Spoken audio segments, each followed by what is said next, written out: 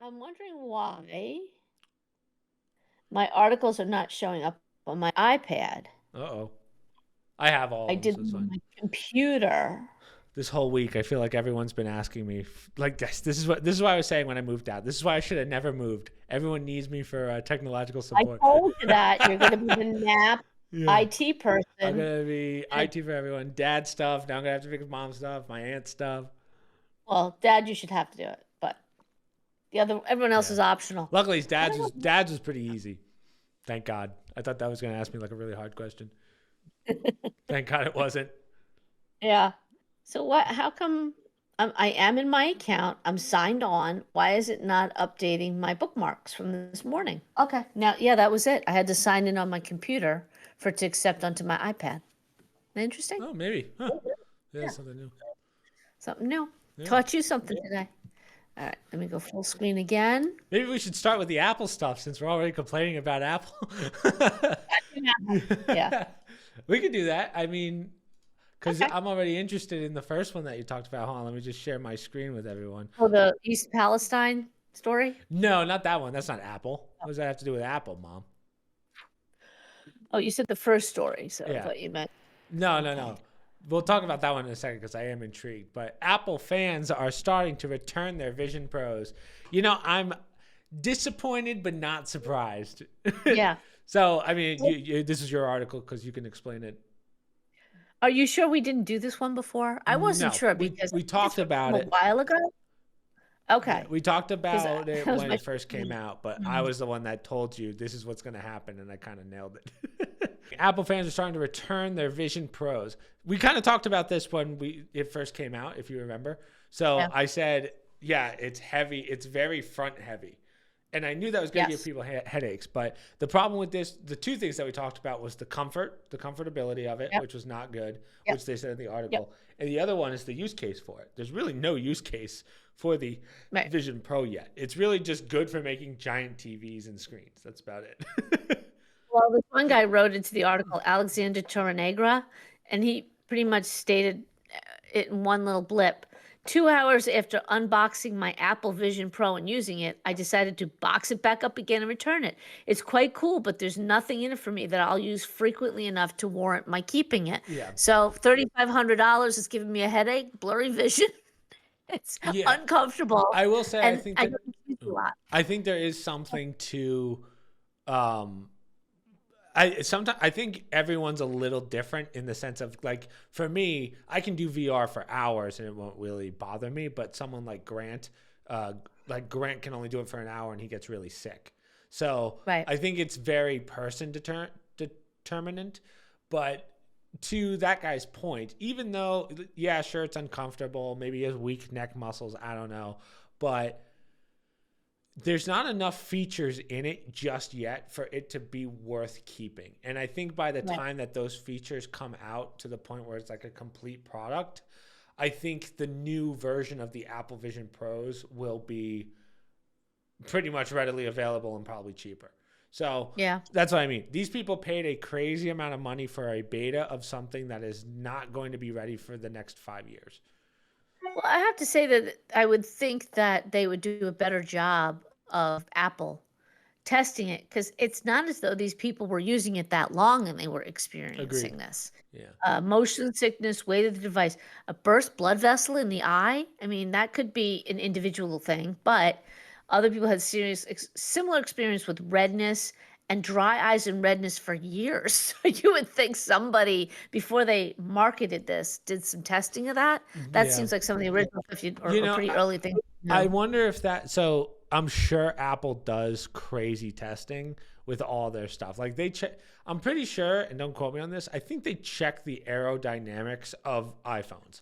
Like something about, like, they'll test that kind of stuff. Could But be. I don't think Yeah. they do actual tests of, like, oh, if one of our employees used this for a year straight and we paid them to, like, I don't think they do tests like that. So I think it kind of goes to show that sometimes the analytical tests that they do doesn't Yeah. beat the actual in the field testing of, let's give this Sure. prototype to 50 people and see how they do, so that we at least have a case study. Right, Right? and they probably factored that in as that being their quote unquote testing, right? Yeah. They're gonna the risk is $3,500. So somebody pays it, but you get feedback from them. But I I, got to believe the early feedback is pretty overwhelming if it's coming in yeah, that really. quickly. 10 minutes later, people getting headaches, Yeah. and it's awkward to use I'm apparently. always So wary of articles like this, though, in the sense of, oh, we found 20 people who don't like it, but you have to see the vast, like how many were sold, right? If it's 20 yeah, people of 100,000, um, they didn't say in the article a percentage. You're probably yeah, never going to get that out of Apple anyhow. They're not going to exactly. report that. But it's, yeah, the Vision Pro is gonna be revolutionary. There's no doubt in my mind that it's gonna change the world, but it's not ready yet. But this was the first. This was a test product, right? In the end, it was really just Right. a test product that they were ready to give out to the public, and it is a somewhat finished product in the sense of it got done what it meant to get done. It just doesn't have the features yet where everyone can involve it into their ecosystem. And I wonder if there was something as a quote under one of the pictures, a caption. It doesn't help that there's no real killer app yet.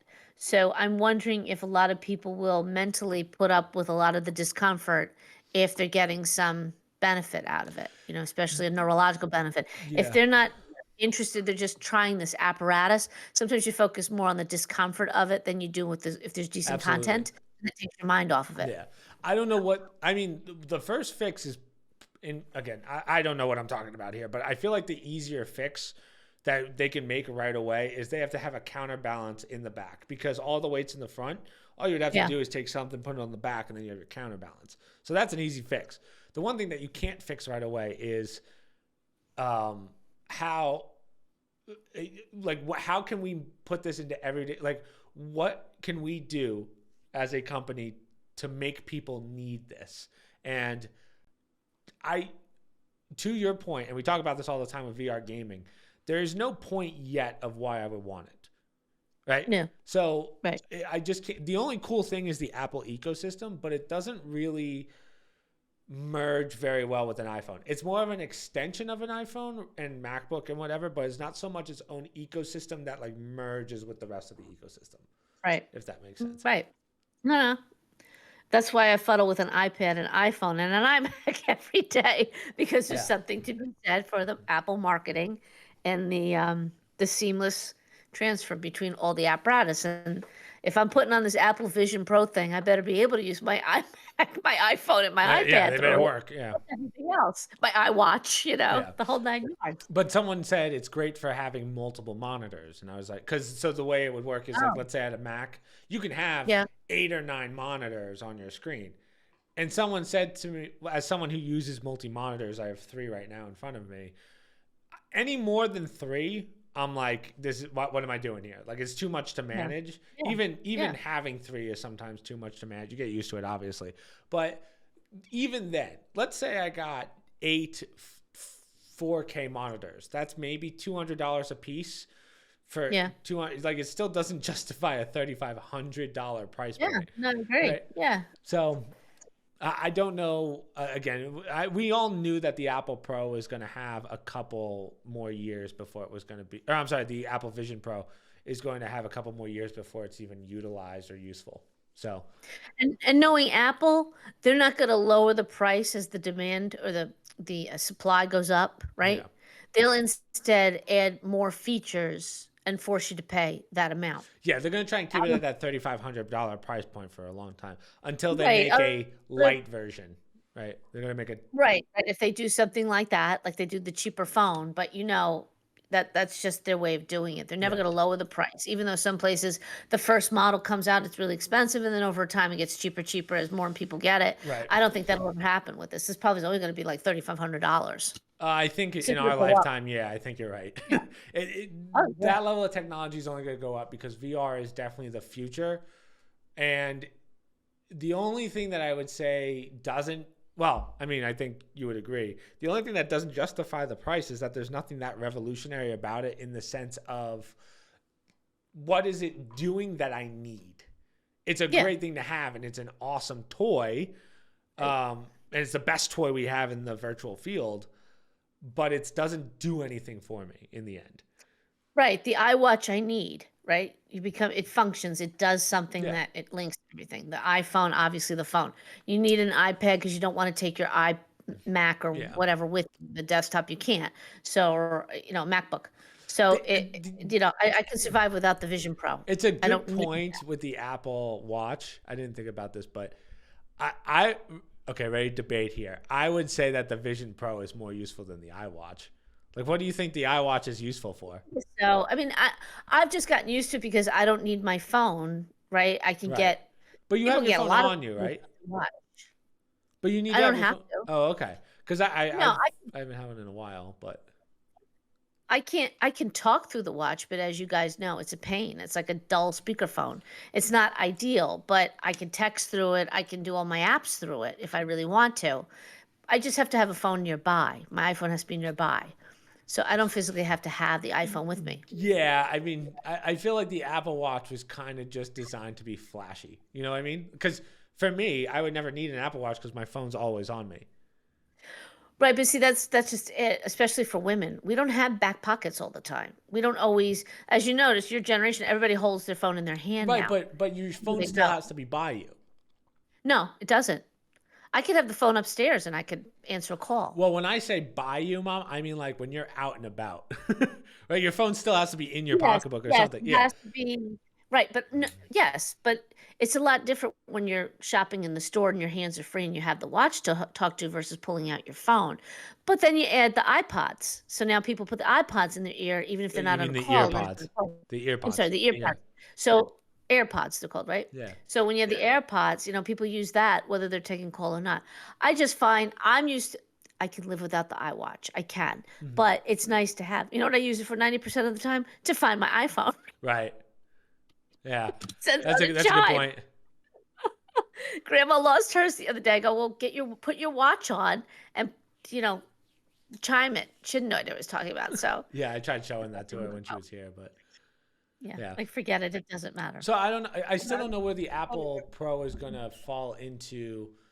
Like, it has a long time. I would say at least 5 to 10 years until it's like part of the economy.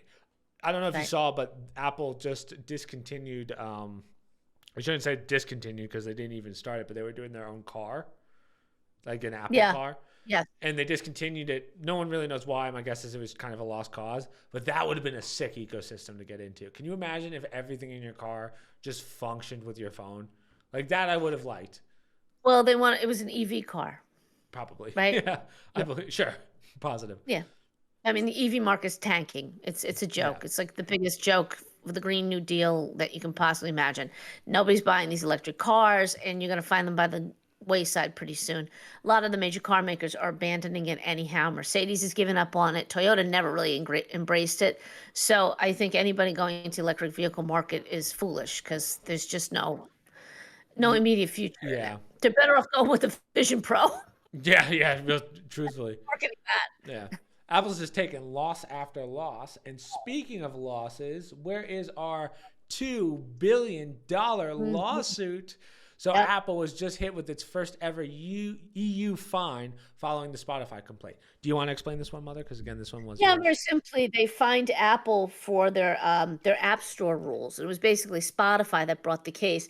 They really limit. They fail to allow music streaming apps like Spotify.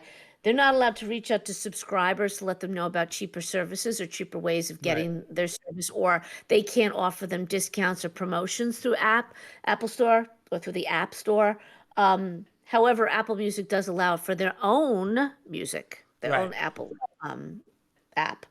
And basically, Apple did try to make concessions down the road. They tried to do, I think they did allow them to reach out to give a contact outside of the app for if Yeah. people want to So go to it. I can kind of break this one down a little better, I think. So the way that they're saying it, and they're completely right.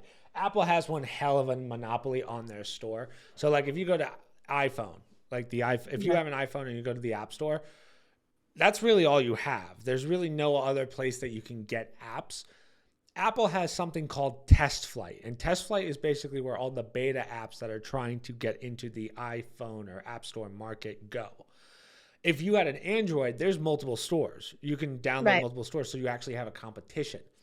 right. So Spotify is on the Apple Store, obviously, but there's certain things that uh, like if you look at the App Store, right, on an iPhone, at the top it'll say a featured app. Like you're looking for Spotify, but here's Apple Music at the top and then Spotify's underneath it. It's kind of like that. There's tons of music softwares out there. Not just like the ones that we all know is Uplay, Uplay, sorry, that's Ubisoft. iTunes, Spotify, Apple Play. Apple Play. Yep. So Pandora. But there's tons of others. Whereas, when was the last time you even saw Pandora on the App Store? Like, they clearly control what is seen in the trending pages if you look up something, because they'll always have their alternative. Whereas if you're on Android Android phones in general, you have Apple Music. It'll give you all the possible music choices by rating. There's more options by a landslide. So to their point, in Spotify, even though they're number one, they understood like we have other options than just this payment plan, which is the most expensive payment plan, and Apple doesn't show it. And the reason that is because of the Apple makes 30% off of these in-app purchases. So if we go back to the Fortnite, the Epic Games lawsuit that they lost actually in America, Apple won it, Fortnite didn't. The monopoly that Apple has is insane, because with all the in-game transactions in Fortnite, they were getting 30% of those transactions on the App Store, and Epic was like, "That's not fair when it's within our app. You get the starting point, but you don't get everything underneath," which is slightly a different case than this, but they talk about it. And Spotify said, "We have these other plans, but you're not showing these plans." And then the EU, as we saw, basically changed it. So there's other stuff going on right now with the EU and Apple, and a digital act that they're putting out there. So the timing of it is pertinent as well, that they find him for this. You know, there's always two sides to every story. I didn't read the whole case, but they do have a unique situation, Apple, in that they have the App Store. And if you have an iPhone, that's really your only way of loading things on your phone. So you are really limited, and that does create a monopoly scenario. And so I can understand why these streaming services. However, you are lucky in that anybody with an iPhone has to go to the App Store, so they're going to be driven to one of your products. Versus going out like an Android, you said they have everything out there. So, you could choose anything, or they have multiple app stores where you can get a lot of stuff. So anyhow, point being, it probably is valid. It's interesting what they based the $2 billion on, though, because they looked at market share. They look at all this other information, which it's not, that's like saying I'm going to fine somebody for a crime based on how much money they have. Right.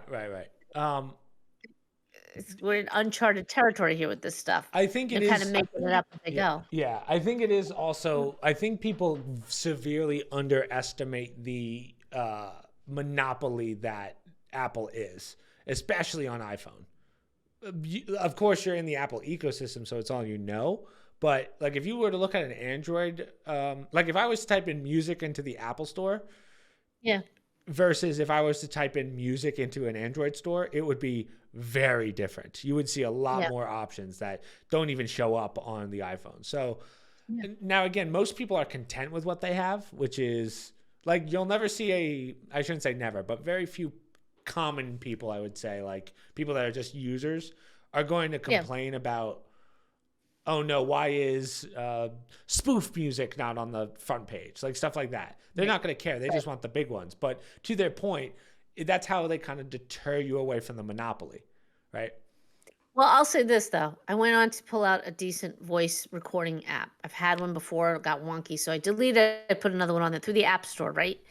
It's very sneaky, because usually it'll tell you the pricing and whatnot. Now all it says is get. You download it, you see it, and then all of a sudden you try to use it and they charge you, or they want to charge you. They say what the subscription is. Nothing tells you what's free anymore.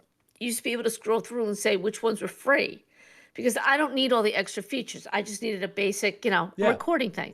I wound up going with a utility that was on my iPhone that I didn't even know about, the voice notes. Yeah. But having said That's what I that, was gonna I say. just found that interesting. I remember when I used to go to the App Store before, it would tell me which is free or tell me the price right in the blue bubble. Now everything says get, and then when you double click, Well, that's what they tell you how much it is. everything's on subscriptions now. So I brought that. Yeah. I don't know if I told you, but I brought that Chromecast back when Dad came. I took the Chromecast. Yep. I plug it into my TV to get it to work, right? And I was like, oh, I can finally like use my iPad or iPhone and stream to my TV. But unless you're on Chrome, like I can't screen share my phone. It's an extra price on top to screen share my phone. Yeah, you can't do it, and there's no audio, so you have to pay for all that. Could it be that your Chromecast is old? I looked. That's It's all the same. So Oh, what's nice is that my projector, I can project to that with sound through my desktop. So that works. It's only desktops that works perfectly. But if I want to do my iPhone or my iPad through the Chromecast, it doesn't right, work. because it's Yeah. Google. Yeah, it's the Microsoft. Well, is that Microsoft? Just Google. Well, it's Google. Yeah, it's Google Chromecast. But I was very surprised to see. I tried downloading multiple apps to do it, and it's like, nope, you got to pay $10 a month for sound in your TV, like for a screen share. I was like, man, this is getting a little ridiculous with these subscriptions. Well, you say that, but when you look at a cable bill, I know you haven't seen one with everything on it. Like we have 5 boxes, but that's not even the bulkiest, the most big part of the bill. It's hundreds of dollars a month for people, and that's why I can see the appeal to streaming. Yeah, Even though it looks a lot, when you're paying everyone's streaming now. $10 there. Yeah. Hey, I mean, I could do 30 apps, based on roughly what we pay a month for our cable bill, and I don't do that many because I'm trying to keep track of them all, the few that I have. But you start adding them up after a while, you're still cheaper than a cable every month. Yeah, I think the YouTube. We were with Uncle Jerry. I was looking at the streaming services because he's planning on getting rid of cable, and the YouTube Premium, like the YouTube TV stuff, really good. Like there's a lot of channels, so I would not be surprised if they start monopolizing that. I almost signed up for that up at your grandmother's because she's on a seasonal hold. Right. Not this is anything interesting to your listeners, but she's on a seasonal hold. When I was up there, I thought, well, how do I get just regular TV or something to watch?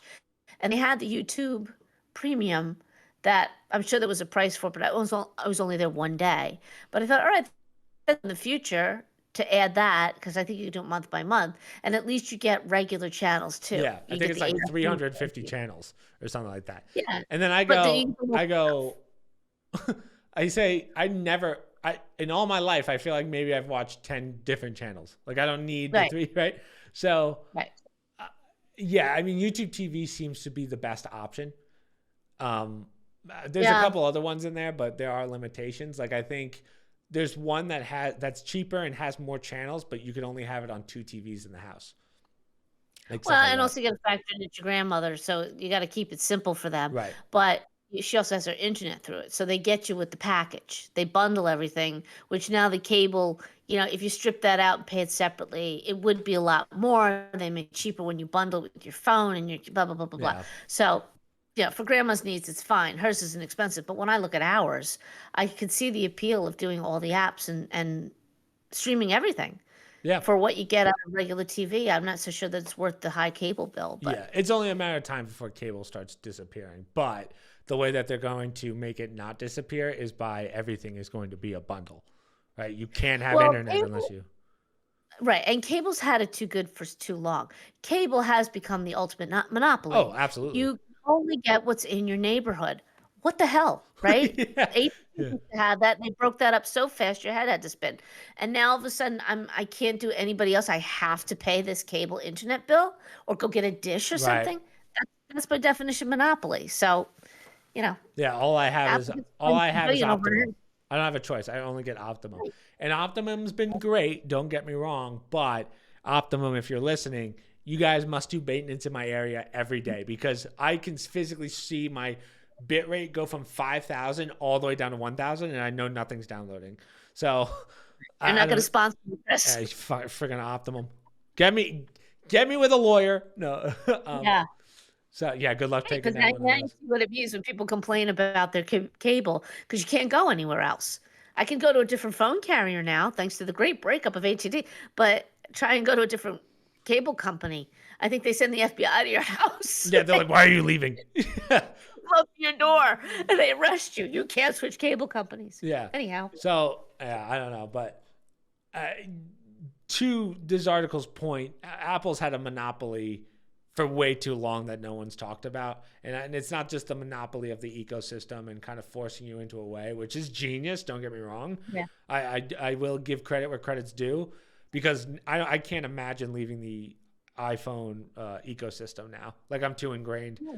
But Apple's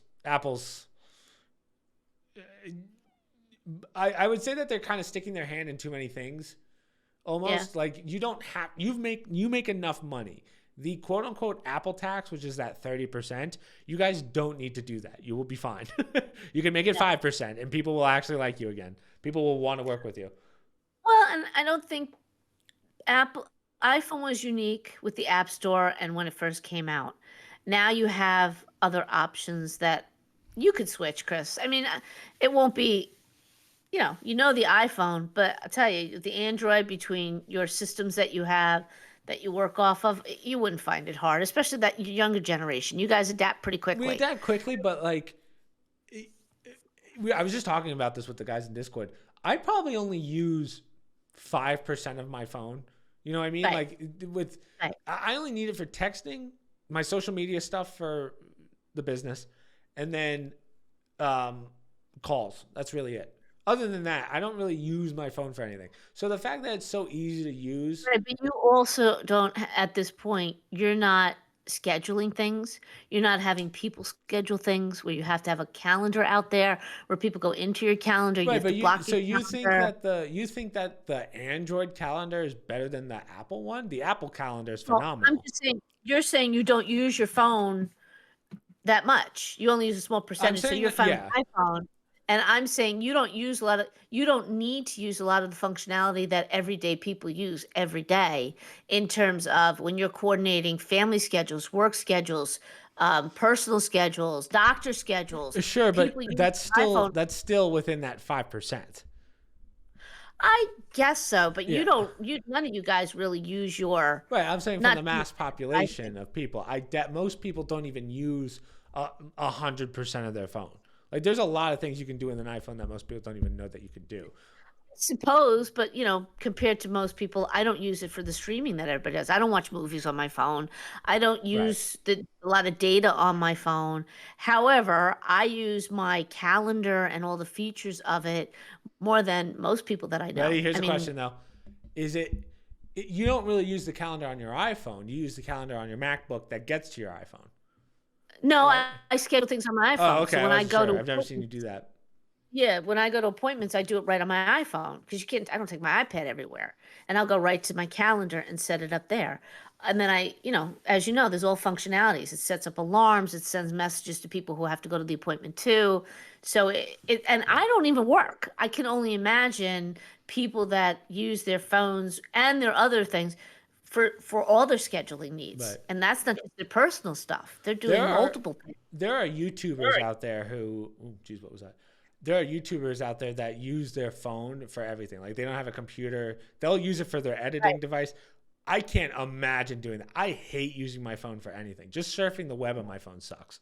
So I don't know how some people can run entire businesses out of their phone. Like, props to them. I can't do it. Yeah. The only thing I use my phone for from the business standpoint is just to upload stuff. And even then, I use it. So I put everything to Google Drive and then drive to my phone and then phone to TikTok, Instagram, whatever. So that's how I do all my social media stuff. That's it. I think all you guys do a lot more, like when you ask in general, when I get questions about bank accounts and stuff, you guys do it all off the app. I have to do it from the website. Yeah, that's a good point too. I'm not comfortable doing banking on my phone to begin with, but I can't see the whole screen. So I'm very limited and I can't help you guys. And sometimes the app does not look the same as the website. So real fast, let's see, just because I think our viewers would like this. Do you have your phone on you? What apps do you actually have installed? Ready? I'm going to go down the line and I'm going to tell you guys all the apps just so you guys can see like how little I use my phone, right? Because most of it's social media. The first 4 besides, so I have all of 2 pages. I'm not going to show my phone, but I will show that Missy Buns is at the top. Missy Buns. So mine is, so notes, files, TikTok, Instagram, Twitter, right? X. Sorry, Elon. Snapchat for friends and stuff. Then I have my guitar tuner, iFunny, which I don't even use anymore. I haven't used that in years. And then my YouTube and my YouTube Studio app. I have PNC, Waze. Waze is a necessity in our family. Yeah. Amplify, which I don't even need anymore because you guys have the Wi-Fi thing. Oh, so, right. Yeah, right. I just have it on. My Ketone, which is the ketogenic pen that I have. Zoom for our Zoom meetings with the companies. Reddit. GoPro Quick, which is for the GoPro that we shoot the in-person podcasts with.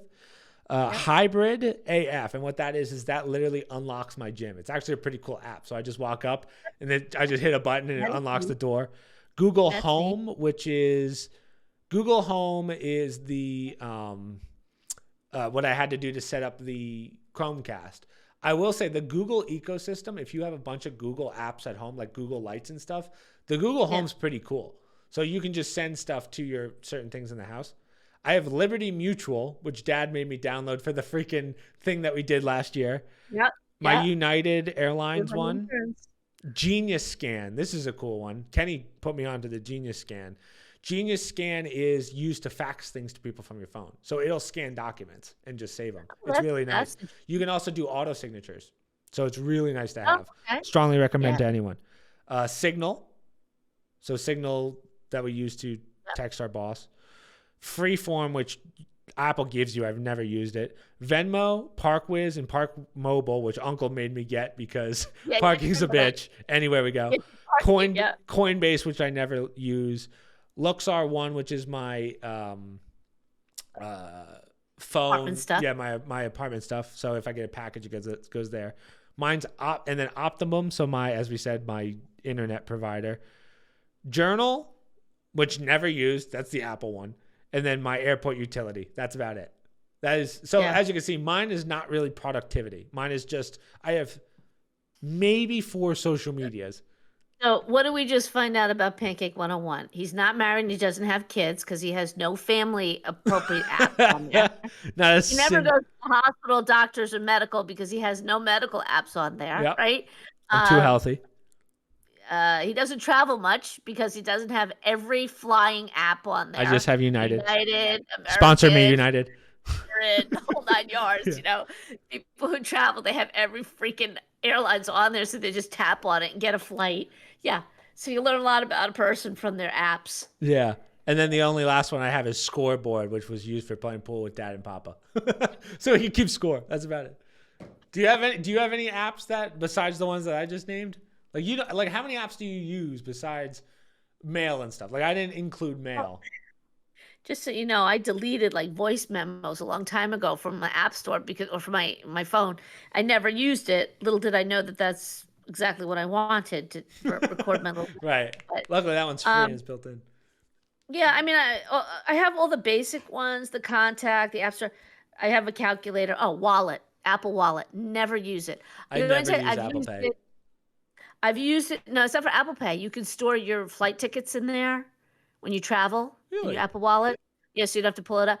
And my Penn State football tickets when I went to the Whiteout game.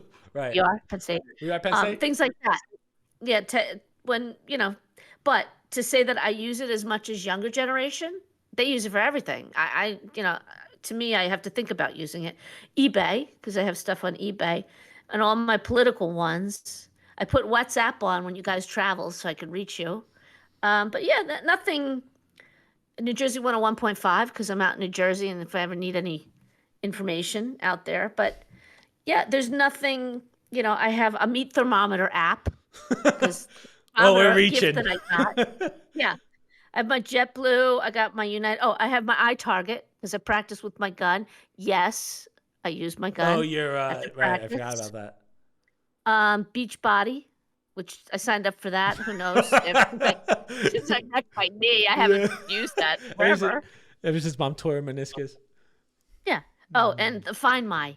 So I can only find me, but sometimes, believe it or not, I've had to use it to find my mother when my sisters called me and said, "Where's mom?" Where's And I mom? have to track her down in upstate New Throw an York. Apple tag on her. I have the Liberty Mutual also. Yeah. Oh, that's a good idea. I should put an Apple tag in one of her. She changes her purse too much. And then I have a camera in our house, so I have the app Right. The to one to check watch on our everything. house, see what's going on. Yeah, I mean, I don't have a lot, but again, I don't work and I don't do social media. You know, I feel, but it, it's funny. I feel like Dad doesn't have any apps. I feel like Dad just has the basic apps. yeah, Yeah. Dad doesn't have anything. He probably has less than I do. Yeah. I don't even think he knows. Well, I shouldn't say that, but I don't know if he knows what Wallet even does. I But didn't even know as what we're it was. talking about this, I feel like somebody should do a movie, like how people get to know each other, some sort of like a rom-com they base it off somebody's phones and apps. I'm thinking about that as I'm sitting here Yeah. trying to get some ideas about how somebody Sounds like meets somebody and they judge them. yeah. Sounds like a solid idea, but let's talk about something not as solid. The State of the Union. We got to talk about the State of the Union this weekend. Okay. Guys, this was the only word I can think of that kind of describes this whole thing in comparison to past ones. Abysmal. Is that a fair statement? I didn't watch the whole thing because it was a little tough to watch.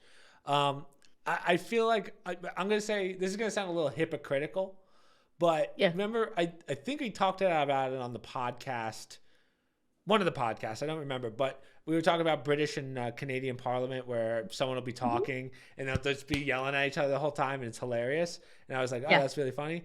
That's kind of how I felt this was. So Yes. I said this to you on the phone. Marjorie Taylor Greene yelling the whole time in a MAGA hat, whatever, all red. I did not like that. I know there's a lot of issues with that lady, and again, as everyone knows, we kind of lead a little more towards the conservative side. I'm not a fan of Marjorie Taylor Greene. I'm sure she's a nice lady, whatever, but that was unnecessary. Where someone's giving a speech, I don't care who it is, and you're just yelling the whole time. That bothers me. Like, that doesn't accomplish anything in my eyes. So I kind of want to start there in the sense of, did you think that was appropriate? Well, I'm going to take a step back even further.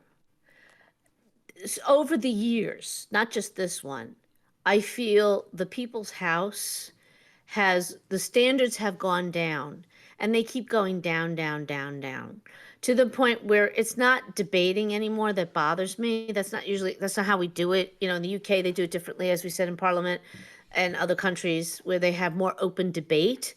There's a difference between standing up and debating. I mean, they have out and out brawls in like Japan and That's how we like Indonesia, it. but we're trying not to be that way. The most recent one that I feel set a very bad tone was when the Speaker of the House tore up the president's speech at the end of his State of the Union. Yeah, that was the start. And I have to say that unleashed really poor behavior. And since then, it's just gone down, down, down. So I do not like it when somebody acts as Marjorie Taylor Greene did. I didn't like it when Rashida Tlaib is holding up a sign, and so is Ilhan Omar. I think that is becoming. I'm not even crazy about everybody wearing the same white when they started doing that. I just feel as though, the statements being made by people, how they appear, sends a wrong message. This is supposed to be a chamber of ideas. It's supposed to be a chamber of people representing where they come from. And I just don't, or what they represent, or the people that they represent. I just feel as though we need to bring that up to a better level. And I think it's reflective in the policies that are going on and the fact that they're so ineffective. People are spending too much time on the shock value. Yeah. So that's what I wearing was the going to say. cap, Yeah. doing the outfit. Now I get it that's optics are one thing. You can get a message across through optics, but I just think certain things are more appropriate in certain chambers, and you should not be doing that during the State of the Union. Yeah. That's just my take on it. It was very tough to watch, and like I can't. To your point, like we've said this many times, but I feel like it's becoming more media driven. Like, hey, how many clicks can I bring to this? And I know we talk about that with like TikTok stars and stuff, but I feel like our politicians are starting to get that way as well. And I think But understand this, Marjorie Taylor Greene's the only one you're hearing them talk about. This exactly. And again, whether that's for better or worse, I can't answer that, because to me, either way, whether Joe did a bad job or she did a bad job in what she was doing, it's not a win. Does that make sense? Like, I don't see a winner. Unfortunately, sometimes people do this so they get the media attention. Okay? Yeah. So sometimes, and I don't think that's right either, but that's another downside to a biased media. You need a media that's going to cover it in totality, not just the side of the room that they care about, and not give any attention to somebody else. And I'll say that regardless of which party's in power, there should be just like a C-SPAN, C-SPAN, where here it is. This is what's going on the floor right now. No opinion, no nothing. So if Marjorie Taylor Greene's there or somebody else is there, you're going to see the whole thing. Unfortunately, now it's the media focuses on individuals in that situation. Like, oh, this is what this one did, this one. And some groups, they have to go over the top to get their message out. So now, even though I don't like Marjorie Taylor Greene, I got to see, what was she complaining about? She got her message out. She got the Lake and Riley. So for some people, believe it or not. Don't you mean Lincoln Riley, Mom? Right. Who knew nothing about that individual. Right. So, badly. Yeah, we're not even on to Joe Biden yet. But, like, yeah, it doesn't what Marjorie Taylor Greene did, and again, I understand she's a conservative. She's on the right side. That was, to me, inappropriate. And I think most people would agree in regards to that. I think anybody in that, I think it's getting worse in terms of the standards that we should have in a situation like that in the House of Representatives and the Senate, Congress, when they meet. Yeah. And, the House of Representatives has always been more like the commoners. The Senate was always supposed to be a loftier, higher institution, similar to the House of Lords. Well, we're past that, hundreds of years past that. I just still think we need a certain level of decorum when you're conducting the people's business, and we're turning it into a circus. Well, it's really becoming a circus. I was surprised to see Kamala Harris. I forgot she existed. Did you see on average she stood up like every 20 seconds to clap? That's pretty common. That happens. I just find that funny. Now, that's part of the circus thing they do. Unlike Marjorie Taylor Greene, I actually think Mike Johnson composed himself very well. I think if he was trying to take little shots at the president, he did a very good job with kind of the eye rolls in the background. Did you notice that at all? Because I think he got more disclosure. I didn't watch it on purpose. I had no interest. Yeah, I didn't have an interest either. But the only reason I know so much about it and why it came to my knowledge was because besides Marjorie Taylor Greene, Mike Johnson got just as much, if not more, love on Twitter, in the sense of the eye rolls he was giving, and every comment was like how every American feels right now. It's just him going like in the background. Right. So, right. Yeah, like I think that is if you disagree with someone on stuff, that's kind of the better way to do it than Marjorie Taylor Greene's way of doing it. Well, the best way to do it is to block his policies as much as possible. Yeah. I don't need your eye rolls. I need you taking a stand and not, continuing resolutions and all this other garbage that, supposedly the majority House is not doing. Having said that, the State of the Union, the Speaker of the House invites the president to come and speak to both houses of Congress and the Supreme Court to talk about what he sees, or she, as the state of our union. Well, if you don't know what's going on, okay, you might want to watch that and see where the president sees our country going, or what he thinks he's doing, even if you don't agree with him. For those of us who kind of know already, you could say it flat out. You can't trust anything that this president says. He's unfortunate. Yeah. I mean, it's not. So let's just take a step back, Mom, because we haven't even really talked about the actual speech. I know you said you didn't watch it. I'm sure you saw the highlights of it, or at least got the highlights from some article. It wasn't. It's a bad speech because it didn't hit the points, or it's almost like it hit blanket statements but didn't really address anything. Does that make sense? Because that's basically what it's an overview of where he sees where he sees his his plans Yeah. for the remaining however What's many come more to years fruition. Yeah. But he sees the country go. instantly, even CNN was ripping it apart in the sense of, yeah, well, this wasn't true. What he said here is not true. Some things were inflated or deflated, I guess is the right word. So I can't remember. Maybe they did this with Trump too, but I don't remember anyone really tearing apart a State of the Union like this. Does that make sense? Well, first of all, the State of the Union was a tremendous success for the Democratic Party because the bar was so low that people were nervous about this. Right. No, no, I'm not Right. kidding. They were nervous about this man going out there and speaking. And anybody who watched him the next day, the joke of it is every, like meme comment out there was, oh, the meds have worn off, the drugs have worn off. He definitely had to And be on something yeah, in that. He had to be. yeah. And you There's no way a guy who we see all the time as not that lively with the dementia walk or whatever you want to call it. There's no way a guy does that kind of speech. Like you could see it. You've never seen Joe like that before in any shot that you've seen. So right. And something's so when they do that, when he has to make these kinds of speeches and they get him prepared for it, he's usually yelling. He's usually like very ha ha ha ha. And that was sort of the tone of the speech that he was giving. Now I'll use an example of my mother, who is elderly, as many of your listeners know 90, now. So just about, she's still almost 89, 90. but she is, I'll say she doesn't know enough about the president and what he's doing because she doesn't focus on Right. that. So she just looks at it as, oh, respect for the president. I want to watch the speech. I put her in a room, put the TV on, put it on. She was watching it, no comments. I want to say 30 minutes into it, she gets up, she goes, ugh, I can't listen to that man's voice anymore. Yeah.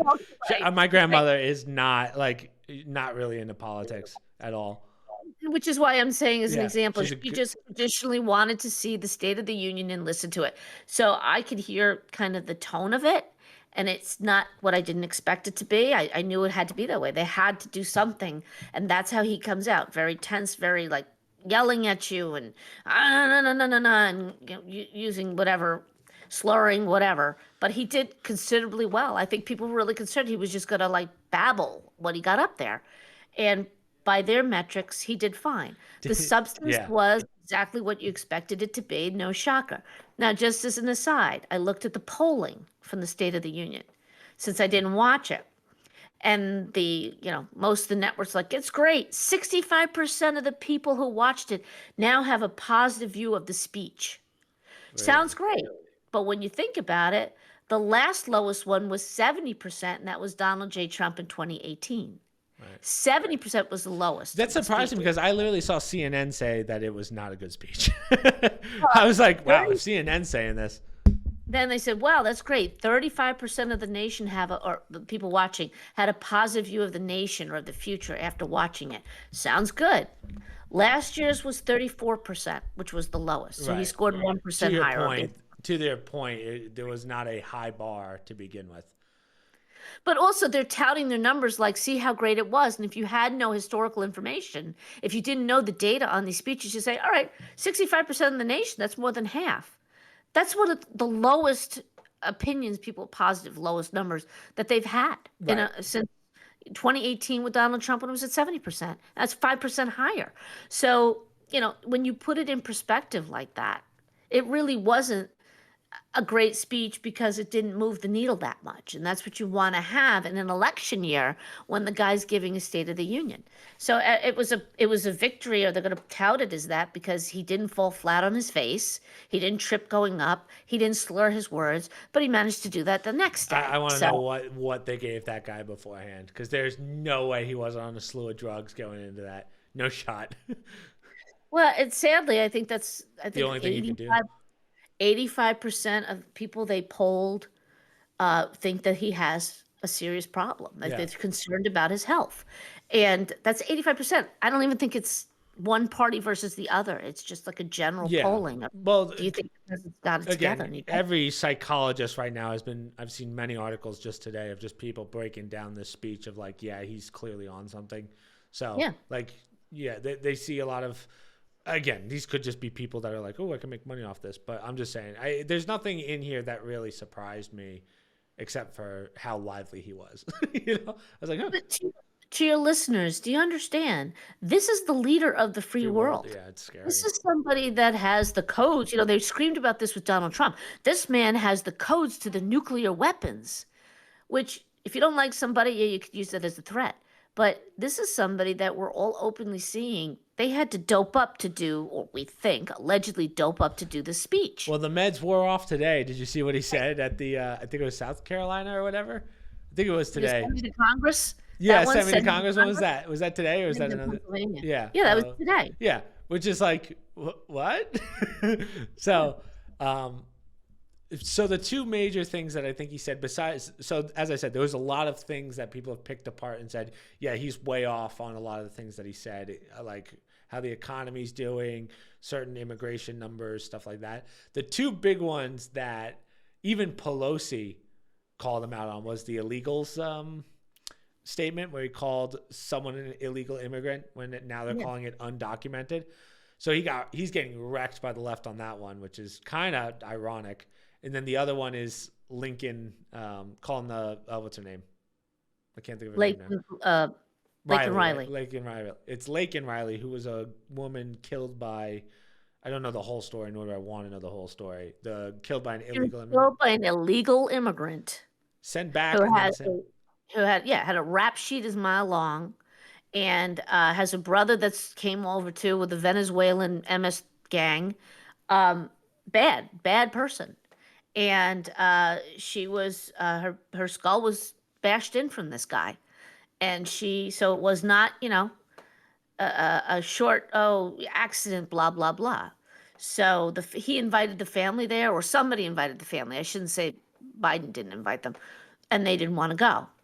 So they, of course, were upset that, could you at least know my daughter's name if you're going to say it? So yeah, And Biden got the name wrong, called him Lincoln instead of Laken, which, to your point, again, everyone makes mistakes, but that's like the one mistake that you don't want to make during the biggest speech that the president's going to make besides his inaugurational speech. I wasn't going to say her name at all, but it was Marjorie Taylor Greene screaming at, Exactly. say her name, say her name.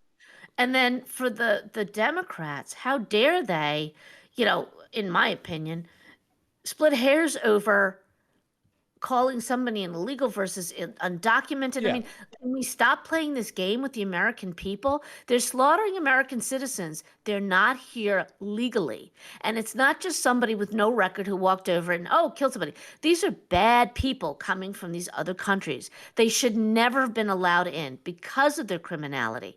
And then they go and murder our citizens, a beautiful young woman, future nurse, okay, for no reason. And they don't even want to talk about it. Yeah. And then Biden tries to, again, the all about me thing where it's, well, I've lost a child too. And it's like, there's a difference between one getting murdered and the other one dying from cancer. Cancer. There's kind of a big difference there. So it's tough. Again, losing a child is one thing, and I wouldn't wish that upon anyone, obviously. But to equate those two just isn't the same. And then to say, well, how many people? Especially if your son never would have died of cancer if somebody hadn't put the cancer on him. So in other words, the point is everyone's saying he directly caused this by his policies. That person never should have been in this country. This has been the cry of, and I'm going to say American citizens now, not just conservative Republicans or independents. You got everybody saying it. These people would never have committed these crimes in American citizens. They never should have been here in the first place. We never used to allow people over that had criminal records. What was that first statement you said, though, Mom? Giving cancer? What do you mean?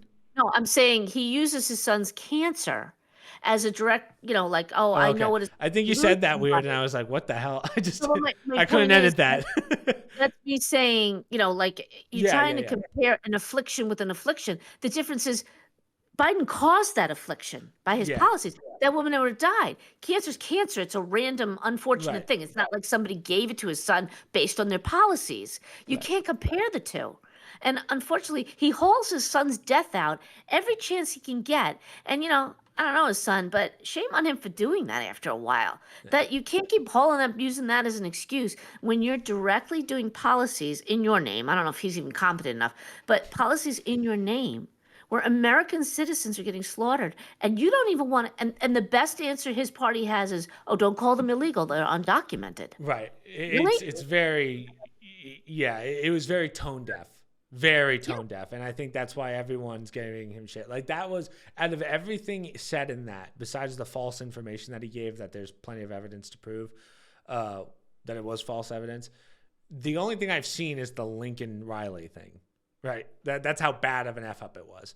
And then Pelosi going off about illegal versus undocumented, which I don't know why she's still here. But yeah, so all in all, I don't. The Speaker of the House that ripped up a perfectly fine and higher rated speech, by the way, by the American people Yeah. than this past speech, rips it up, setting a very bad precedent of the behavior in that House. Yeah. Yeah. Either way, it was stupid. It was a really bad.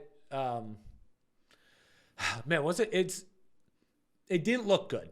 That's probably the best way of putting it. Last night, or the State of the Union address, was not a good look for America in the end. No, on both sides. On both sides, not just our president. I don't. Well, from a world view, they're not looking at Marjorie Taylor Greene and other Agreed. parts of the world. I think in a country view, yeah, it's not a win for Not anyone. that she didn't get attention, and news is international now, but they're looking at what the direction of the United States government. And when they see somebody that they know fact check lies all the time to the American people, how seriously do you think they take that man when he's on a world stage? So they look at speeches like that, and then we're becoming a joke that we've allowed somebody like this to continue for as long as he has, with the obvious stability that he has. But you know what? Let's let the American people decide in November. We hope. And let's see what happens then, if it's a free and fair election. Yeah. What's next, Mother? How about forgotten news that you brought up? I saw this. I had to read this a couple times because I was like, what's happening in Palestine? That's how much I forgot. So this is the East Palestine. Yeah, East Palestine. I was like, I thought you were talking about the war right now. No. Would you like to remind everyone about this? I totally forgot about this, and I think most people did. Well, yes, and this story is kind of one of these that could have been under the radar. Obviously didn't make big attention. Right. Poor people in East Palestine, Ohio. So back on February 3rd in 2023, there was almost a year ago, or over a year ago, train derailment, right? It was the, what was the name of the company? The I'm sorry, I have it written down somewhere, North Pacific Railway or whatever it is, Southern something. They were moving chemicals, and 5 of the cars fell over. They had a controlled burn. Which was a terrible idea. Well, it turns out that now the NTSB Chairwoman, Hemendy is her name, Hemenly, she had to meet with the Senate committee that is chairing this, one of whom was J.D. Vance. And J.D. Vance is the senator from Ohio. He heads the Transportation Senate Committee, brings her in, and she says flat out, they didn't have to do that burn. Yeah. Based on the parameters, it shouldn't have happened. And that burn created a cloud of highly toxic vinyl chloride, causing the governors of Ohio and Pennsylvania at the time to evacuate a whole 1 to 2 mile radius of that area. That's how bad it was. At the time, the state officials said the controlled burn was necessary and that the weather conditions were favorable because there was no wind. Well, guess what? She looked at it and she said there's a few things that they look at. And one of the important things was the temperature readings, and they were stable. There wasn't a problem with temperature, and that's one of the things that usually say, well, it's really heating up, we better burn it, whatever. She said that wasn't the case. There's something called polymerization also. That was not occurring for the burn because you need temperatures, and then you need oxygen to go in, and then all of a sudden it gets worse, but that never happened. So you didn't need to burn this. Right. Northfield Southern is the name of the train company. Their experts were telling them at the time. So they brought people in and said, you don't need to do the burn. Everything's cooling down. There's no oxygen coming in. Just let it, blah, blah, blah. For some reason, and we don't know why, they went and they did that burn. And now, how almost a year later, which fortunately it's only a year. I was shocked that we find this out after a year. I was interested in this article because I totally forgot about it. Remember, like we moved on to the next thing, which I think at that point was Russia-Ukraine stuff. But those people in East Palestine, they still can't drink water. Oh, They God. still have all these illnesses. Their kids are still getting sick. And do you think our government gives a damn about these poor people? No. So maybe something will happen. And that's, Senator Vance is a very strong senator. Hopefully he'll speak up for the people of that and get some sort of, I don't know, money or something for them. Because I just thought it was very interesting that the Biden administration has to admit that that was a major foobar to do Yeah. that. Is that on the administration though? Why is that on the administration and not the chemical crew that worked on that? Like that burned it. Well, technically, somebody was supposed to bring in the experts from the government. The EPA was supposed to go in there. Right. I don't know that they got in there in time. At the time when this happened, I remember watching when it was active and the stories were coming out. The EPA was involved. Then the next story said they weren't Wasn't, yeah. involved.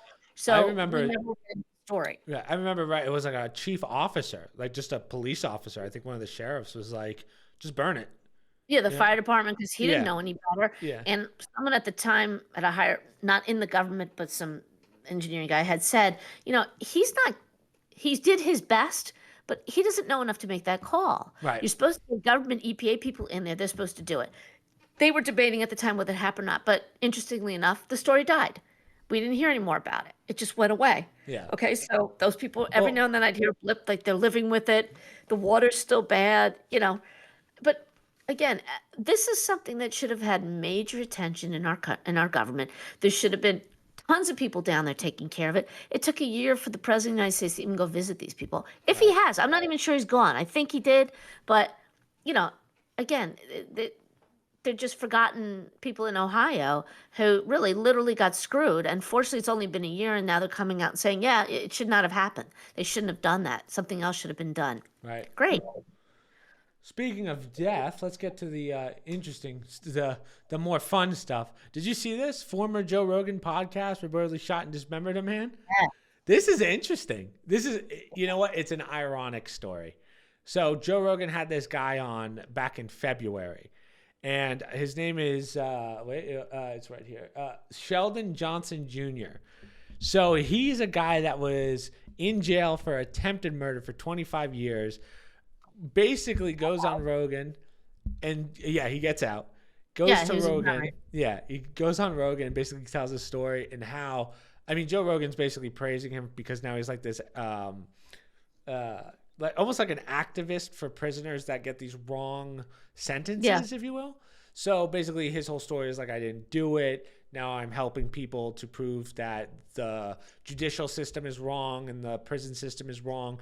Certain things people shouldn't be arrested for 25 years. Literally less than a month later, they find this guy. They find the dead body first of a guy decapitated with a bullet hole in his head. And it links back to this guy. So it's kind of like videos of him dragging a cooler into his apartment with a blonde wig on and a hat. Then he's bringing another thing in with, I think, a duffel bag or something with something wrapped in a baggie. He 100% did it. Like, no question about it at this point. But now they're telling Rogan, you got to take this episode down. And my question is, I don't know why you would do that, in the sense of it kind of proves a point where, I don't want to say it proves a point, but one, I'm sure you can use it for, I'm sure there's certain people that study behaviors and mannerisms that can use that video. But also, I think, one, it's wild that now Rogan's like, oh man, I just did a podcast with a legitimate killer. That's one. And two, it kind of goes, man, I don't want to, this is going to sound very wrong, but it kind of goes to show that some of these people can't change. Right. Sometimes the system's not doing enough. First of all, you have to say he allegedly killed somebody, because you can't until he's convicted. That's true. We do not know. And until all the evidence comes out, because I don't know why he was exonerated before. I don't know if he was let out of prison because they found the original person who committed the crime. I don't know his backstory. Why he was on Rogan and talking about why he was let out.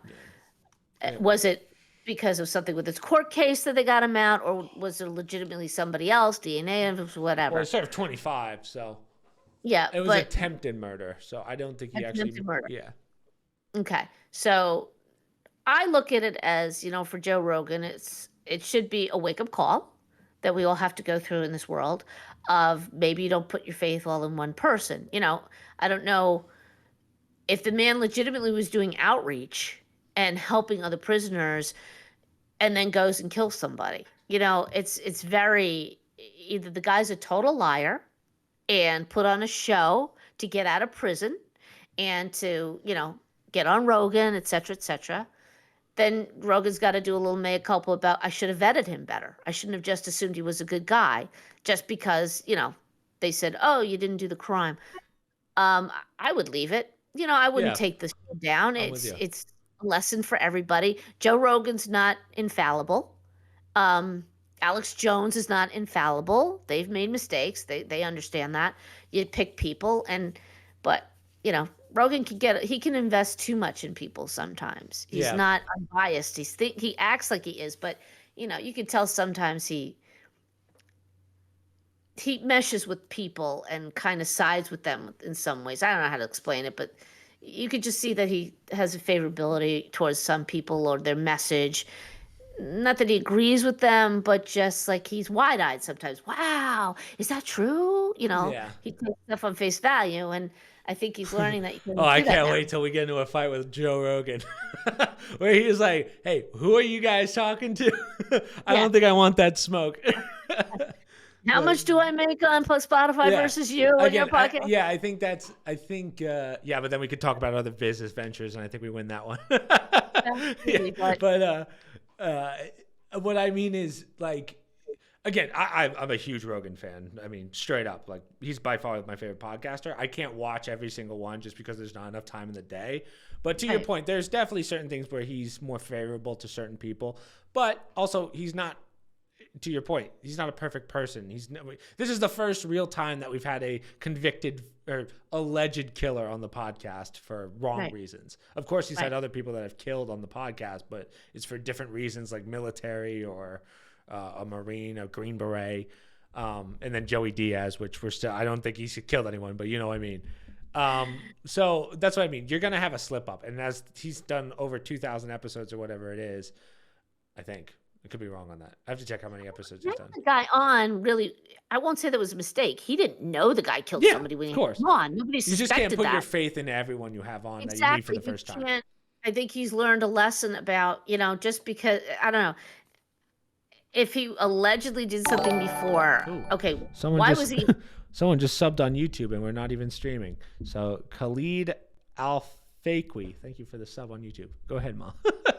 I'm saying that sometimes you have people that, he has people on and it's not his fault that that's the case. But if you invest too much in them and too much on their side of the story, it's a lesson for Joe Rogan and his listeners that, you know what, take a step back. Not every one of these guys on here or women are being honest. He said bullshit is on there. It's not like they would kill people afterwards, but just because like Mark Zuckerberg and Jack all Dorsey.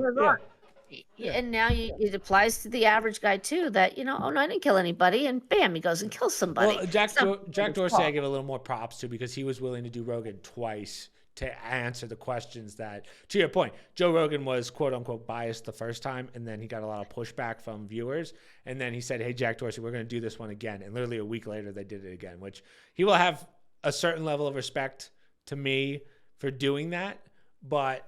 I mean, again, I don't trust any of those social media Mongols after what we've seen with Twitter since Elon got in. So I don't fault, but people make too much out of podcasts too, in the sense that, I watched a documentary on how the Joe Rogan experience started, which you guys probably know more. I've never even seen that. Yeah. It was very interesting. It had the faces on, the guys that you see all the time on the show, talking about, we couldn't believe that this thing was taken off. It was just a bunch of us sitting around talking one day, and we recorded it, and for the rest is history kind of thing. And when you listen to that, you're like, which is basically what you and I do. It's just an opportunity to record your thoughts, whatever topic. So people put a lot of, pressure, or they expect a lot out of Joe Rogan. Agreed. And I don't know that that's fair to do that either. He had a guy on who was exonerated. It's not Rogan's fault that the guy went and killed somebody or Yeah, he didn't know obviously. it. That's Yeah. bizarro. And how's he supposed to know that? He's just doing a story about, hey, this is what this guy's thing is. But as long as, and I didn't see the broadcast, but as long as Joe Rogan isn't saying like, patting the guy on the back, up, down, and Right. sideways, like you're Which the he would greatest thing. never do. I mean, Rogan would never do something Right. like that. I But saw something last week. He must have said something about God in a positive way, yeah, like now I see God or whatever. They were not necessarily ripping in, but they made such a big deal about, oh, Joe Rogan now found God. He was an atheist before. yeah, he was like, And we now need people Jesus got- right now or something because things are getting Yeah. bad. And Right. yeah, I mean, there's definitely an unspoken phenomenon about what he became, like Yeah. the podcasting thing. I mean, I don't even know how you would equate it. He's a pioneer essentially, which even though he actually isn't the pioneer, people consider him the pioneer because of how big he got. But with Rogan, as much as he's known as the podcast guy, he's a comedian first and foremost. He's a UFC commentator. Like he's a guy of multiple jobs. Like podcasting is not his whole life. So of course, when you're not putting all your apples into one basket, eggs in one basket, you're gonna have certain mistakes. And considering his track record, one mistake every 500 episodes or whatever. And again, I wouldn't even call this a mistake. This isn't on him in any way, but I'm just saying that's how media is portraying it right now. It has nothing really to do with him. It's just kind of ironic or funny, I guess you could say, which is a weird way of saying it. But it's kind of funny that this guy was an advocate for helping people and then goes and murders and decapitates a guy, allegedly. Yeah. So, funny's not the right word, Yeah. but it's you see ironic. what- yeah, I guess ironic's the word. But I think in terms of Rogan, it's another example of we've seen Joe Rogan evolve through his podcasts from being, people. And again, I don't know him from the beginning. hair and now being bald. Well, Sorry, Joe. physically, but starting out, Yeah. he never said he was on the left, but he was always said he's a libertarian, right? And I've seen him progress to the point where he aligns with a lot more conservative values as time has gone by than you expect from somebody like Right. that. And didn't he have something not too long ago he had to apologize for? Remember he had there was this whole big Yeah, thing. it where they wanted wasn't. to It keep wasn't off the anything. air. It wasn't. It wasn't anything big. I forget what it was it the was. COVID. I think it was a COVID related thing, and then Something COVID. Oh, the ivermectin. Maybe he took something and was saying it helped him or whatever. yeah, he So- was talking about the eye drug, as we'll call it on YouTube, and there was no real medical evidence yet that it was useful. So he did like hey, listen, I'm a comedian. I'm gonna take what I want to take. You don't have to follow what I say. And then literally like within 3 months, the eye drug was like the #1 drug for helping people. So again, and that's why CNN and all these people covered him and how Fauci was like, don't listen to him. And then he ended up being right. So and we had Alex Jones on again, where he had banned Alex Jones. He brought him back on. So, and he is addressing things I've seen. He never banned Alex Jones. It was or AJ on YouTube. I apologize, YouTube. Please don't demonetize us.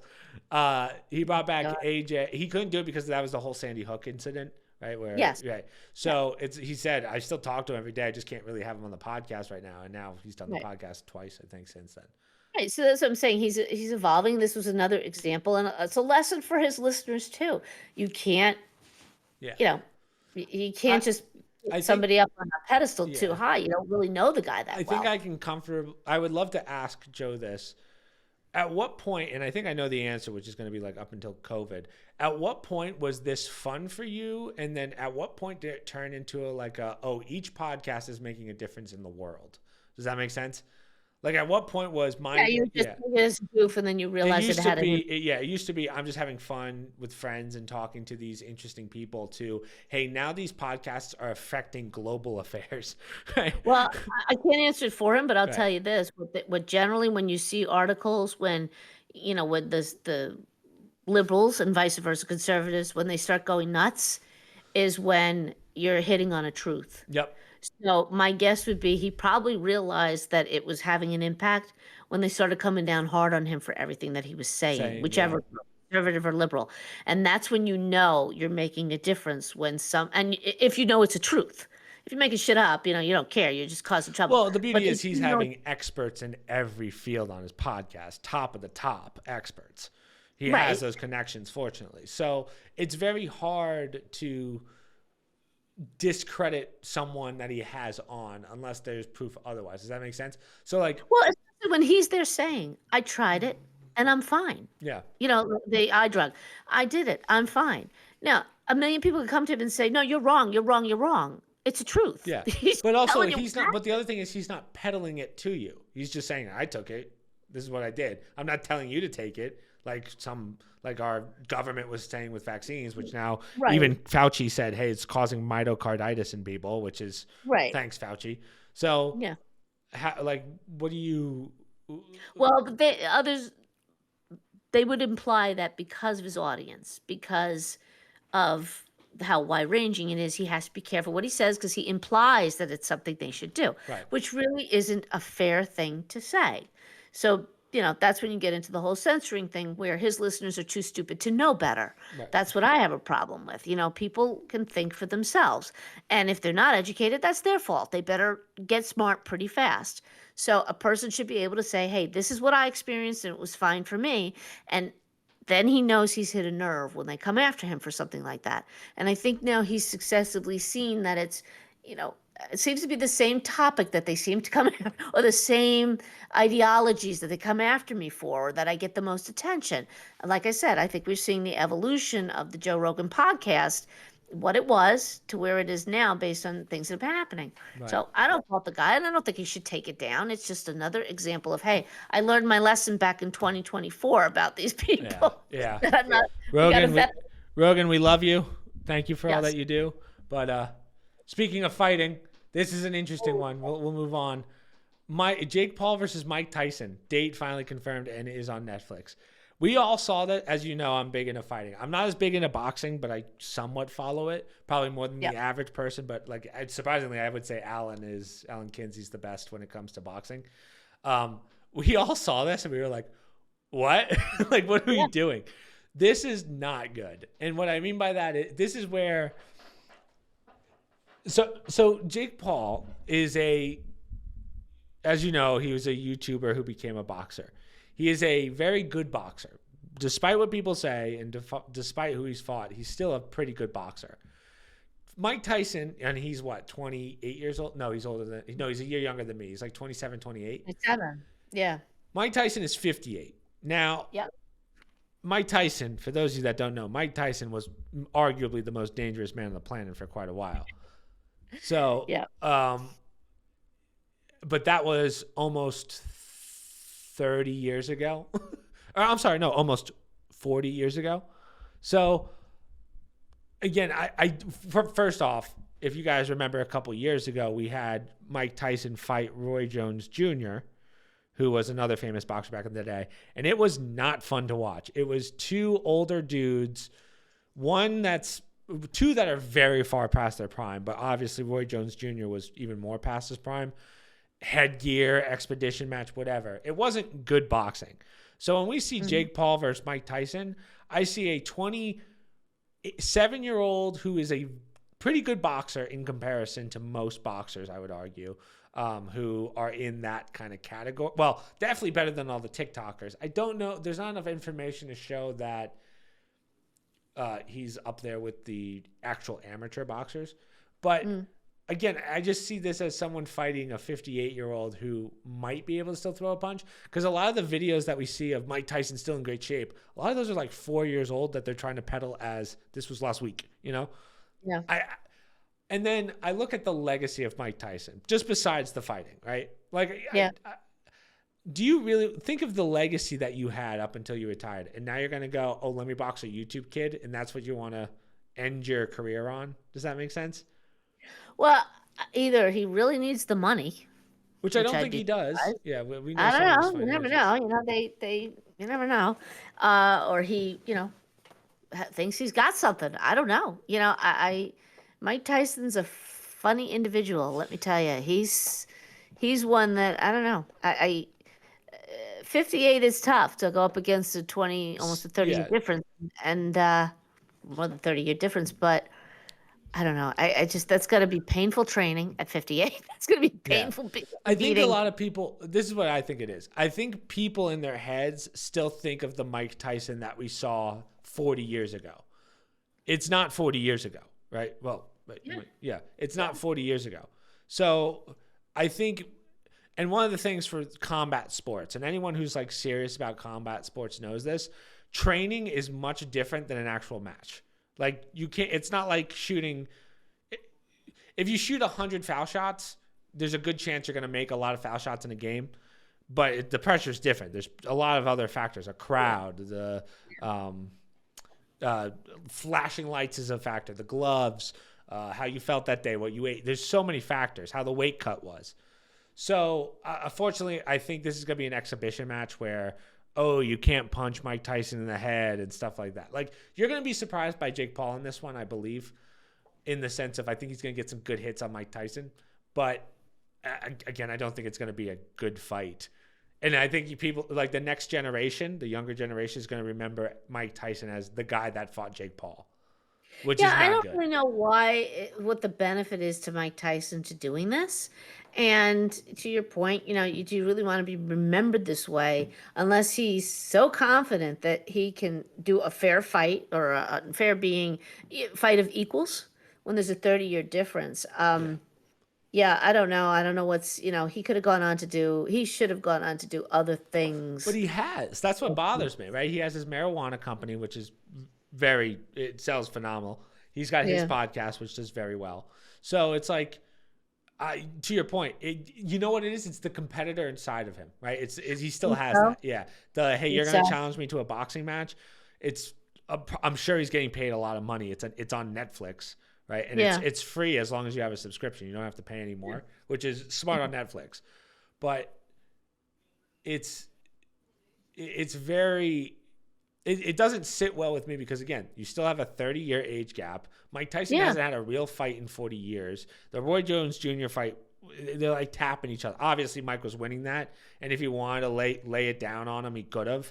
But it's very different when you're fighting a 28-year-old who's in his prime, quote unquote. And I also have a problem with all these professional fights. They go to the weight almost down to the pound. Everything is done very specifically. So I don't think this will be that. This is going to be an exhibition match, which means that they probably won't have to cut any weight. I think. No, but my point is, and I'm not even talking about the weight though. The fact that the sport itself is so much into that, it's just very hard to believe that a random 30-year age difference. Yeah, sure, we'll let them fight. It just doesn't make sense. It was an exhibition because you would think rules and regulations would say, you know what, we really shouldn't have a 30-year age difference. It's not right. We're not talking 10, we're not even talking 20, 25. 30-year age difference? But then let's talk about man. But then we have to talk about the benefits of this. And then when I really break it down, there are no benefits, right? So let's say Mike Tyson wins. Okay, Jake Paul's done. So why would Jake Paul take this fight unless it's all for a payday, right? Because let's say Jake Paul wins, Mike Tyson's he's going to be called the guy that beat the old dude, right? The guy that's been retired. Right. And then if Mike Tyson wins, it's okay, Jake Paul can't even beat an old guy. That's really what it comes down to. If Mike Tyson loses, it's, oh, you're going to be known as the guy that lost to a YouTuber after you had this crazy career. And if he wins, I guess it's good for him. There's really only ups to that, but it's like you still beat a YouTuber, right? It's kind of expected. But I There's think no winning. if Mike Tyson holds its own and it's a legitimate fight and he comes out and he's doing really, really well, I don't think it's a negative for Jake Paul that he lost. I don't think people are going to say, oh, he lost to an old guy. Not if he legitimately beats the crap out of Jake Paul. That's a boxing match. Yeah. Is that going to happen? That's the problem. Like when you said it turns into an exhibition where there's a 30-year age difference, and I have to believe at the level that these people perform at, 30 years is a big deal. It's not 10, it's not 20. This is not, you got to train at 58. I mean, it's I'm sure. Take it from me. Yeah, I'm sure Tyson, with your torn meniscus, I'm sure Mike Tyson has been training. There's no question about it that he's been training. He keeps up with the sport and whatever. But it's like, when was the last time he actually got into a real fight in a ring? The Roy Jones Jr. one doesn't really count Because 2005 was his last professional fight. oh, was it really? So hold on. That's So what it said in this. 20. How old was he then? So I guess he was 30 something. 2005. Well, that's 21 years ago. Yeah. I'm sorry. 19 years ago. 24. No, bad math. 21 years ago. 24. 23. 23 years ago. Yes. Yeah. I'm trying to find the. So he was. So he retired at 35. Okay. So, but even then, it's been quite some time since he's had a real fight.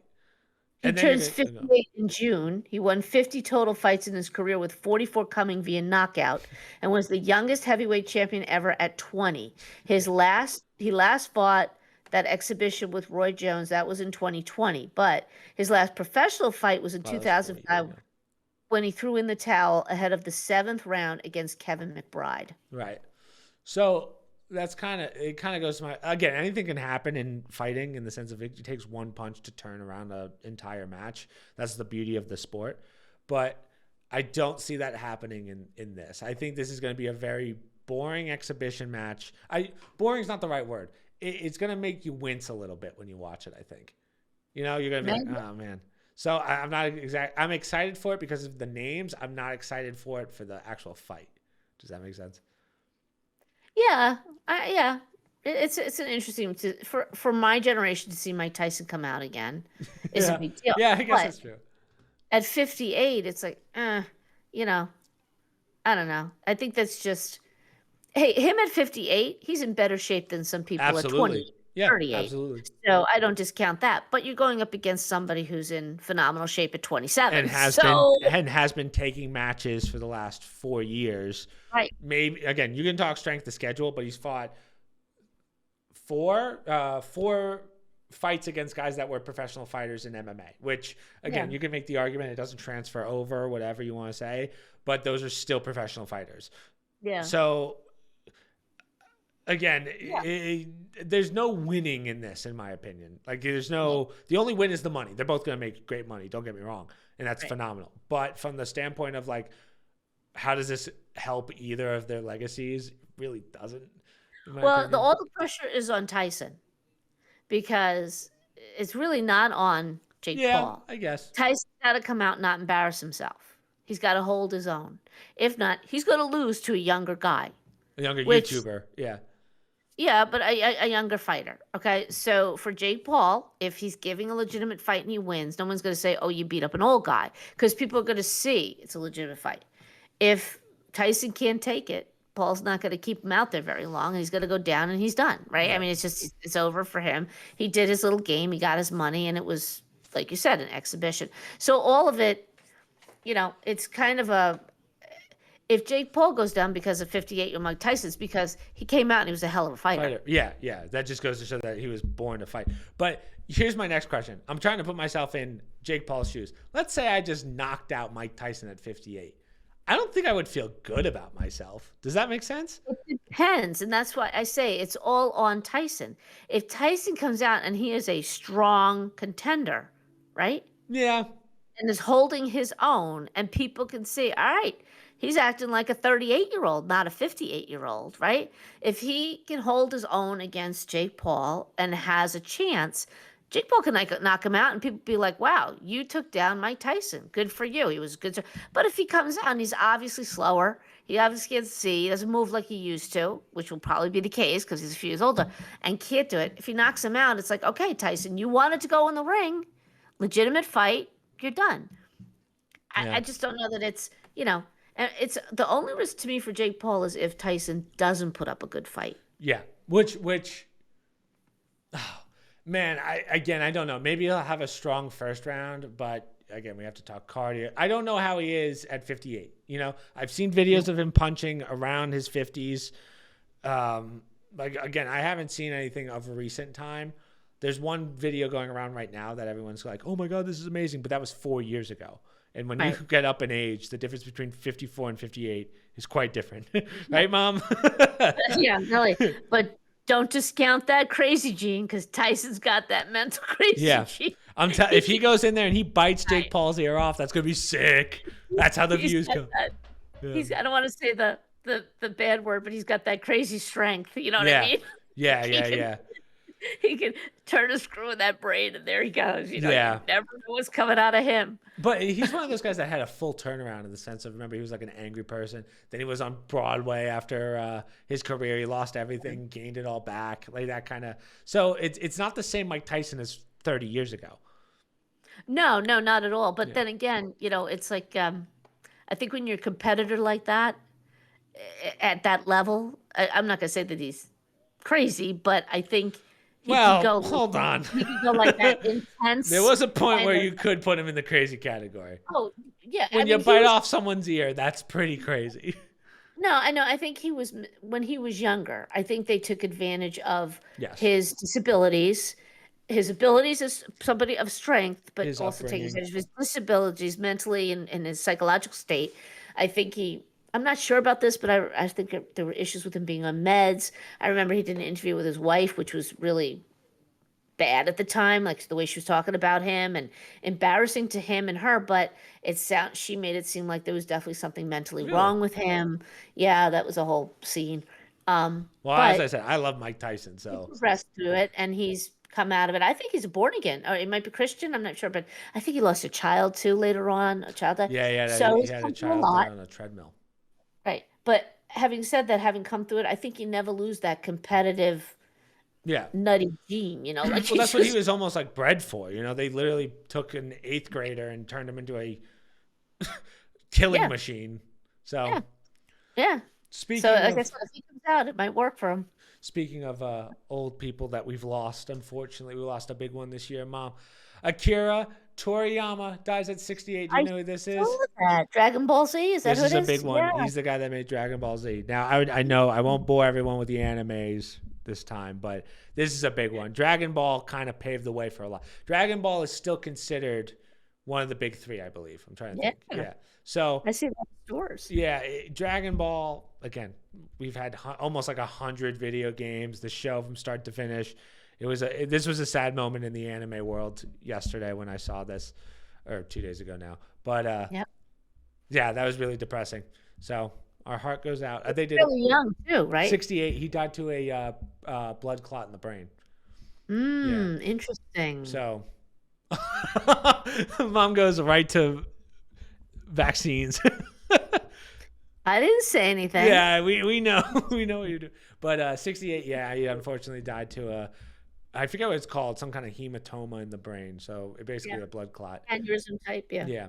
So he, but yeah, great times. He apparently had a bunch of works on the way that people were excited for, but they're probably going to finish them out where they are and then close that chapter. So very, very sad moment in the anime world. Anime world, yeah. Yeah. So we thank him. I hope he rests very well. All the other anime big ones should do anime memes. I'm sure they will. I'm sure they will do a big contribution to him at some point. Like, as I said, this is a guy that kind of paved the way for a lot of animes nowadays. So Yeah, be nice for them. in the history of TV, he's definitely in there somewhere. So props to him. God forbid I brought home a Dragon Ball Z shirt in a Naruto world.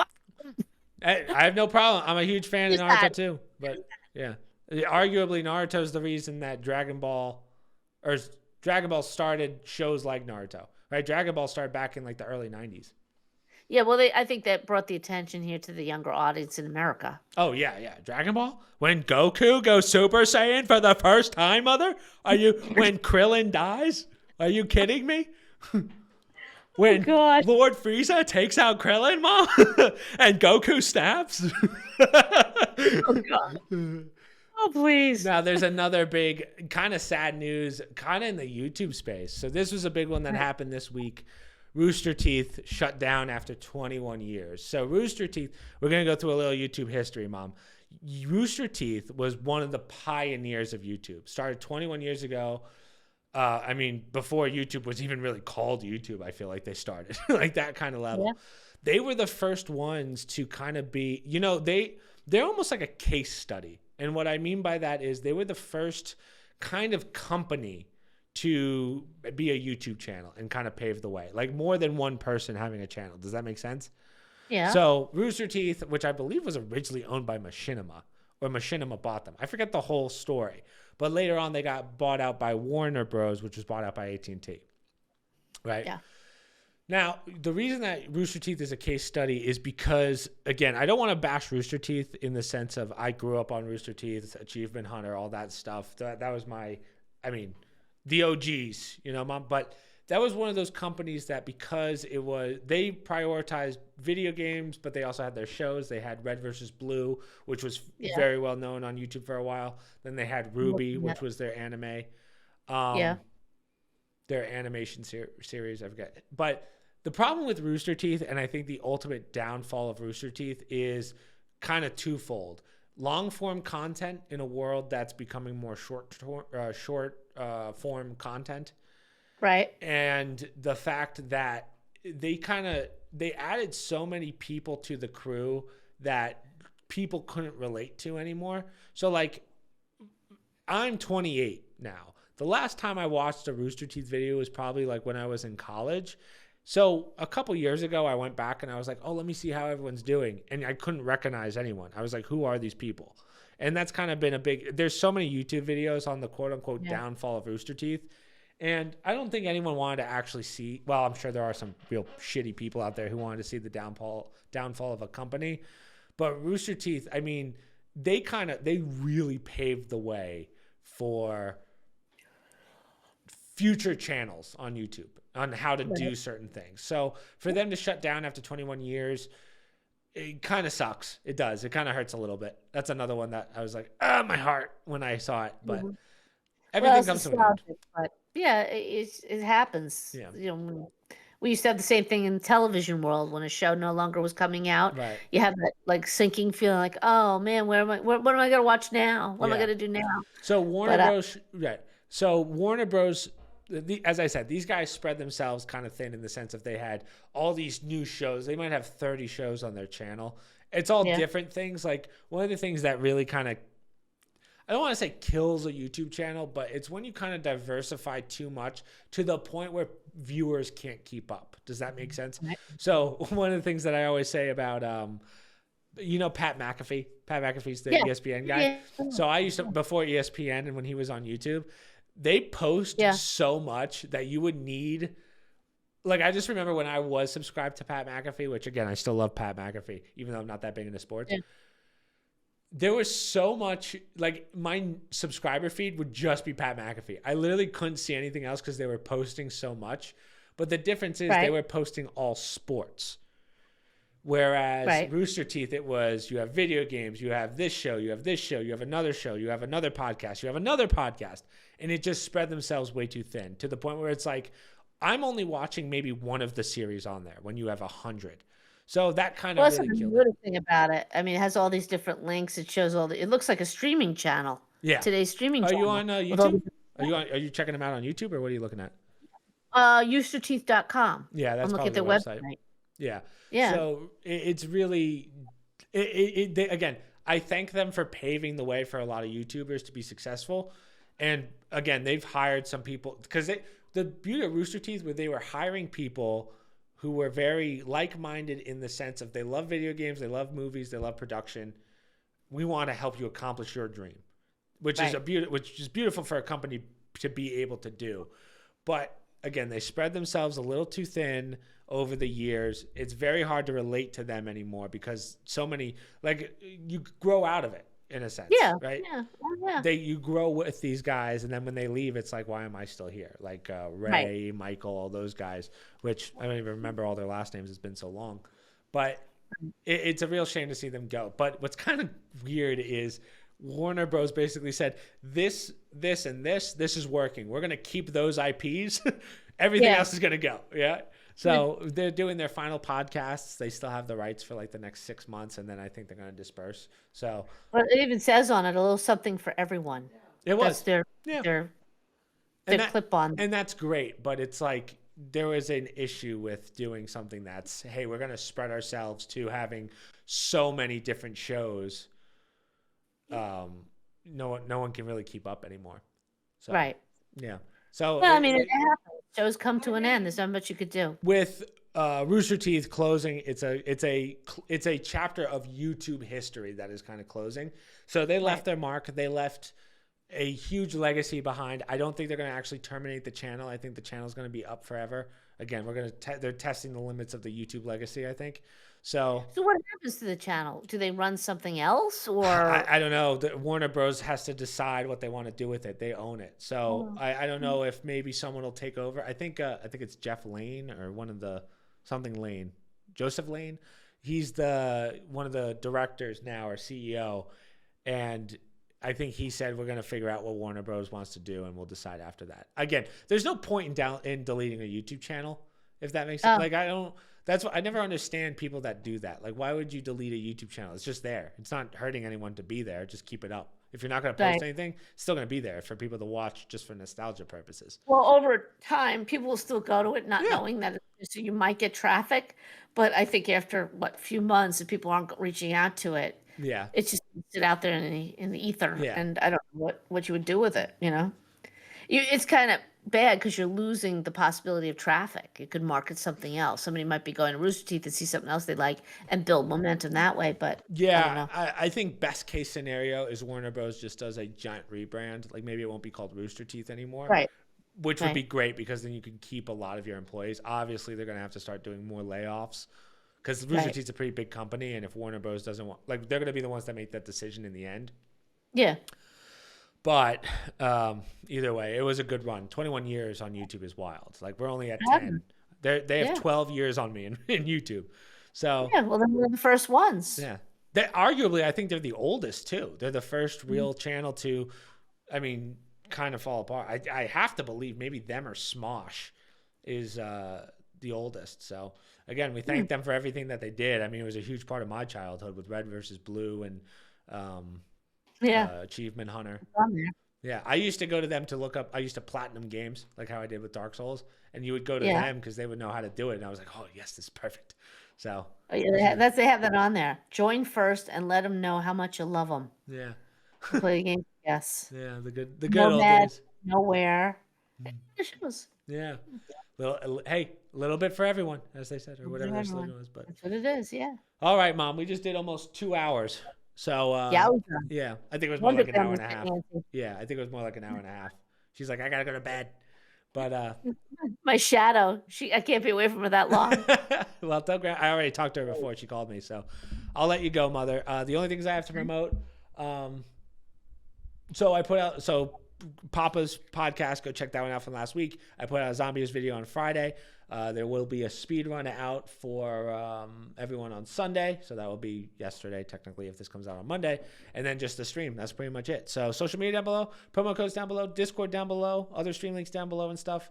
And hopefully I will see you guys on Monday. I don't know when you'll see Mom again, but maybe next week. We'll have to figure it out. Doodles. Yeah, we'll see you whenever. So later, guys.